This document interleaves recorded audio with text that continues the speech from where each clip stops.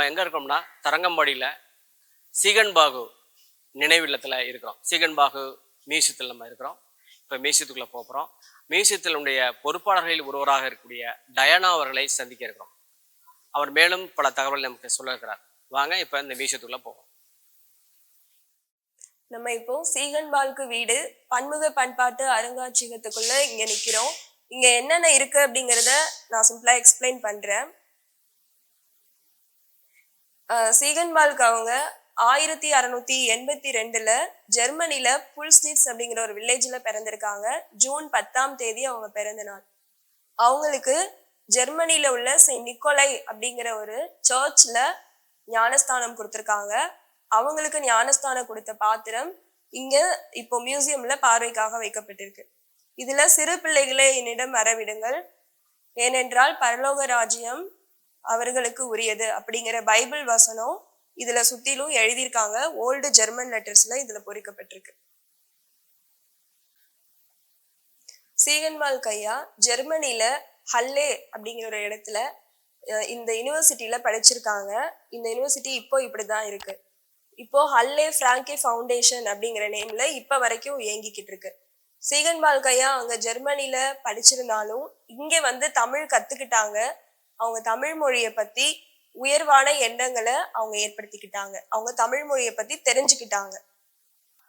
Ziegenbalg ஐயா அவங்க இங்க வாழ்ந்த காலங்கள்ல எழுத்து பணிக்காக இந்த மேஜையை பயன்படுத்தி இருக்காங்க. 300 ஆண்டுகள் பழமையான டேபிள் இது. பர்மா தேக்ல இந்த டேபிளை வந்து செஞ்சிருக்காங்க. தமிழ் கற்றுக்கொண்ட முதல் ஐரோப்பிய சீகன்பால்க் ஐயா தான். அவங்களுக்கு தமிழ் சொல்லி கொடுத்தது அழகப்பன் அப்படிங்கிற ஒருத்தர் தான். அவர்கிட்ட தமிழ் எழுத படிக்க ரொம்ப சீக்கிரமாவே கத்துக்கிட்டாங்க. கத்துக்கிட்டு புதிய ஏற்பாடுல 4 சுவிசேஷ புத்தகங்களை முதல்ல மொழிபெயர்க்கிறாங்க. அதுக்கப்புறம் அதை பிரிண்டிங் மிஷின் எடுத்துட்டு வந்து பிரிண்ட் பண்ணி தராங்க. இங்க வந்து 2 பைபிள் வச்சிருக்காங்க. இதுல இந்த பக்கம் ஃபர்ஸ்ட்ல இருக்க இந்த பைபிள் தரங்கம்பாடி பிரிண்டிங் பிரஸ்ல ஃபர்ஸ்ட் பிரிண்ட் பண்ண பைபிளுடைய ஒரு காப்பி. அந்த சைடு இருக்கிறது தரங்கம்பாடி பிரிண்டிங் பிரஸ்ல பிரிண்ட் பண்ணப்பட்ட ஒரு புதிய ஏற்பாடு புத்தகம். அந்த காலத்துல ஓலைச்சுவடிகளை தான் எல்லாத்தையும் எழுதி பதப்படுத்தி வச்சிருக்காங்க. சீகன்பால்க் ஐயாவும் ஓலைச்சுவடிகள்ல எழுதப்பட்ட தமிழ் எழுத்துக்களை தான் கடற்கரை மணல்ல சுடு மணல்ல உட்கார்ந்து சிறு பிள்ளைகளை போல அந்த மணலை குவித்து இந்த எழுதிதான் வந்து தமிழ் கத்துக்கிட்டு இருக்காங்க. அந்த மாதிரி கத்துக்கிட்ட தமிழை தான் இந்த காகிதத்துல வேதாகமத்தை முதல்ல பிரிண்ட் எடுத்து கொடுத்துருக்காங்க. இதுல கிட்ட வந்து பாத்தீங்கன்னா அந்த புள்ளி இல்லாத எழுத்துக்களும் வார்த்தைக்கு வார்த்தை இடைவெளி விட்டு எழுத முடியாத எழுதியிருக்க அந்த ஓலைச்சுவடி எழுத்துக்களை தான் இதுல வந்து பிரிண்ட் எடுத்திருப்பாங்க. அதே போல அந்த ஃபர்ஸ்ட் பேஜ் வந்து நான் ரீட் பண்றேன்.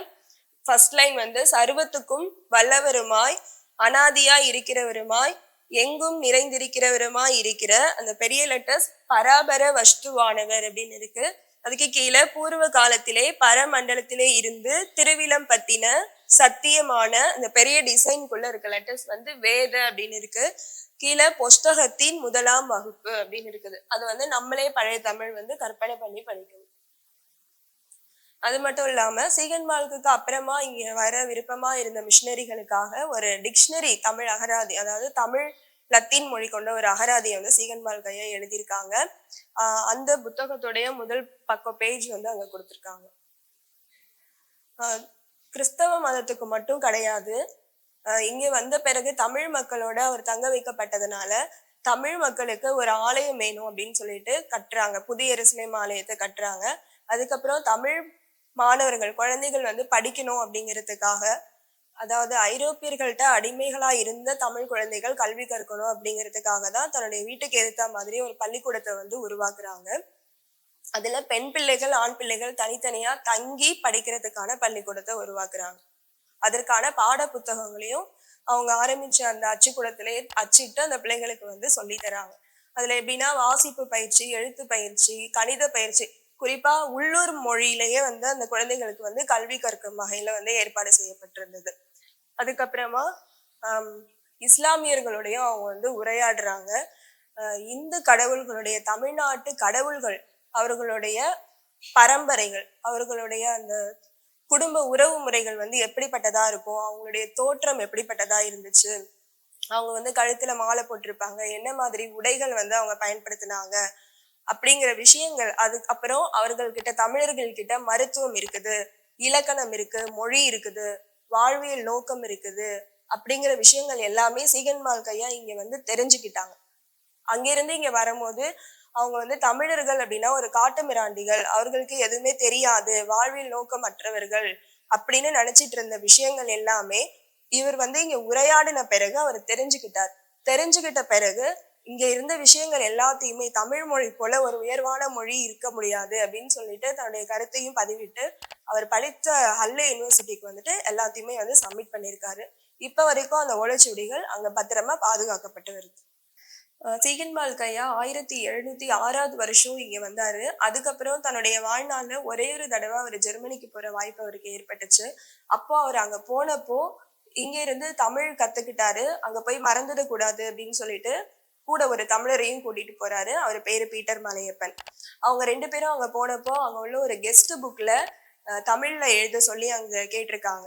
அந்த கெஸ்ட் புத்தகம் இப்போது எங்களுடைய மியூசியத்துல நாங்க இங்க வச்சிருக்கோம். இந்த பிரதி தான் வந்து அவர் எழுதின அந்த பக்கம். இதனுடைய பிரதி இங்க ஒண்ணு வச்சிருக்கோம். இது பீட்டர் மலையப்பன் அவங்க எழுதினது. இதுல சீகன்பால் கையா என்ன எழுதியிருக்காங்க அப்படின்னா, பயத்தோடையும் நடுக்கத்தோடையும் கரை ஏறுகிறதுக்கு பிரயாசப்படுங்கோ அப்படின்னு சொல்லி எழுதி சைன் பண்ணியிருக்காங்க 1715. அதுக்கு அடுத்த பக்கத்துல பீட்டர் மலையப்பன் அவங்க தமிழர் அவங்க எழுதியிருக்காங்க, சுத்தமுள்ள இருதயத்தை கொண்டிருக்கிறவர்கள் பாக்கியவான்கள், அதே நின்றால் அவர்கள் சர்வேஸ்வரனை காண்பார்கள் அப்படின்னு சொல்லி எழுதியிருக்காங்க. இந்த தமிழ்ல பாத்தீங்க அப்படின்னா புள்ளியும் இருக்காது, வார்த்தைக்கு வார்த்தை இடைவெளியும் இருக்காது. இந்த தமிழை தான் வந்து அந்த காலத்துல கத்துக்கிட்டு அதை அந்த ஓலைச்சுவடிகள் முறைப்படியே கத்துக்கிட்டு ஓலைச்சுவடி எழுதவும் அவங்க வந்து ட்ரெயின் பண்ணியிருக்காங்க. அதே தமிழை அந்த காகிதத்துல அவங்க போய் எழுதியிருக்காங்க. இது ஜெர்மனில போய் எழுதியிருக்காங்க. அது இங்க எங்கள்கிட்ட இருக்கு. சீகன்பால் கையா ஜெர்மனில அவங்க அப்பாவுடைய சொத்துக்களை வித்து அந்த பணத்தை இங்க உள்ள தமிழர்களுக்காக இந்த மிஷன் பள்ளிக்கூடங்களுக்கு இவங்களுக்கு வந்து செய்யணும் அப்படின்னு சொல்லிட்டு அவருடைய ப்ரொஃபசர் ஆகஸ்ட் ஹெர்மன் பிராங்கி அவங்களுக்கு வந்துட்டு ஒரு கடிதம் எழுதுறாங்க. அந்த கடிதத்துடைய அந்த காப்பி, அதோடைய டிரான்ஸ்லேஷன், அதோடைய சுச்சுவேஷன் இங்க வந்து கொடுத்துருக்கோம். இது நம்ம நிக்கிற இடம் அவர் வாழ்ந்த வீடு. இங்கதான் நம்ம நிக்கிறோம். இது வந்து என்ட்ரன்ஸ் கேட்டு.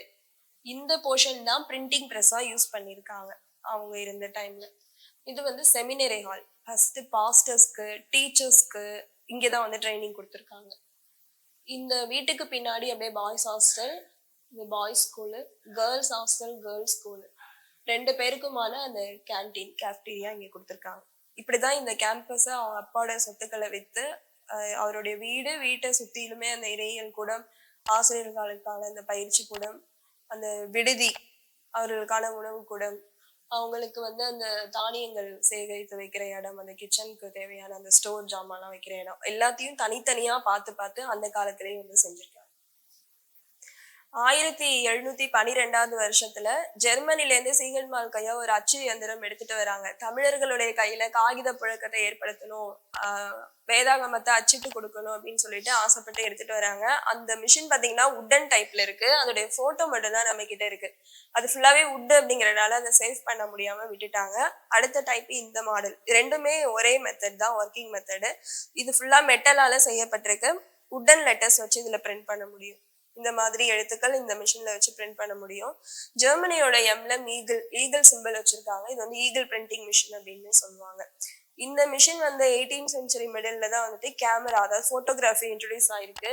அப்போ எடுக்கப்பட்ட பிரிண்டிங் ஒர்க்ஸோடைய போட்டோஸ் தான் இது எல்லாமே. அது ரைட்டிங் ஒர்க்கு. இந்த போட்டோல அவங்க எழுத்து பணிகள், அதாவது டிரான்ஸ்லேஷன் பண்றாங்க. இந்த போட்டோல இதுல வந்து கம்போசிங் பண்றாங்க.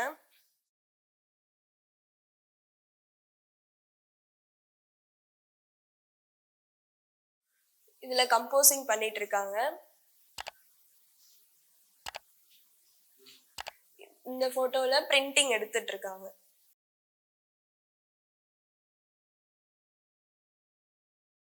இந்த போட்டோல பைண்ட் பண்ற ஒர்க் பண்ணிட்டு இருக்காங்க. சீகன்பால் கையா ஆரம்பிச்ச அந்த பேப்பர் கொடனுடைய போட்டோ இங்க ஒண்ணு இருக்கு. இது வந்து ஒரிஜினல் போட்டோ.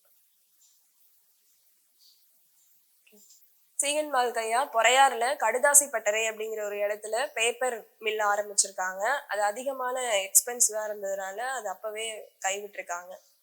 அந்த பேப்பர் கொடனுடைய போட்டோ இங்க இருக்கு. அந்த பேப்பர் வந்து எப்படி மேக் பண்ணாங்கன்றது இங்க கொடுத்துருக்காங்க. அந்த லேக்ல இருந்து அப்போ ஃபில்டர் எல்லாம் இல்லாத நாள்ல இந்த ஒவ்வொரு வெள்ளுக்கா அந்த வாட்டரை வந்து டிரான்ஸ்ஃபர் பண்ணி இந்த மாதிரி மாடுகளை வச்சு கிரைண்ட் பண்ணி கையாலே வந்து ஹேண்ட்மேட் பேப்பரை வந்து ரெடி பண்ணியிருக்காங்க.